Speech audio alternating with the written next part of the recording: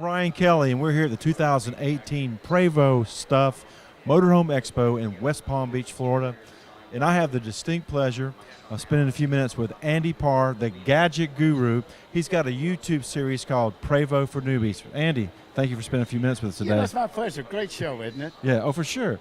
You know, and the information that you provide, I tell you, you know, there's a lot of folks out there that need that information to really help them be productive as they're out there riding around in these Prevost motorhomes. You know, it's interesting. The reason I started the Prevost for Newbies series is just very simple. I'm a newbie.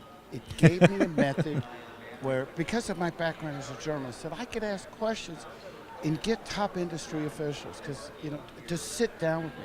Because I started looking at Class A's, and I spent a year and a half doing that, but ended up with the Prevost after doing my research and taking factory tours.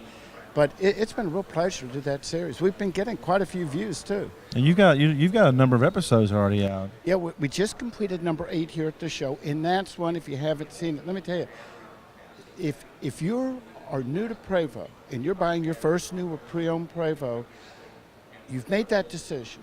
A lot of people will tell you, okay, now you have to go pick a floor plan. Well, that's not the case. With Prevost, your next choice is your chassis. You have the H and the X. That one's up right now, and it's useful information. It is non-converter specific. Yep. Sorry about that, No, but it should be some good info. Now, how long have you been in a Prevost?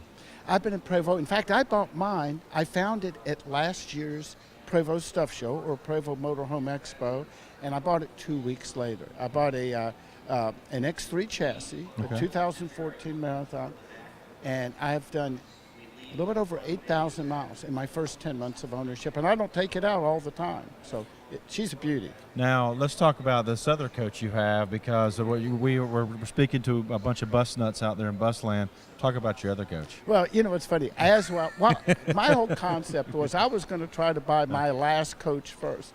And again, it was almost a 2-year journey. And I found a pre-owned Prevost I liked. I didn't end up buying, but I called a buddy of mine to get some advice who I hadn't seen a lot of it. And he said, you know, I have this bus back in the barn. You might want to take a look at it. He told me what it was, and I said, you got to be crazy. I flew up to Tennessee, out the country, to go take a look at it. And the moment he opened the doors and I saw a 1957 flexible Starliner, I knew that second I was going to buy a beauty. Like a Prevost, it's a cage. It is a true bus. And I'll put it this way, she's almost as old as I am, and she's in much better shape. And someone completely went through that bus, and you have a new diesel engine in it? Yeah, what it was, I did not do the conversion from a seated coach to a motorhome bus. It was done by a guy named Dave Lang out of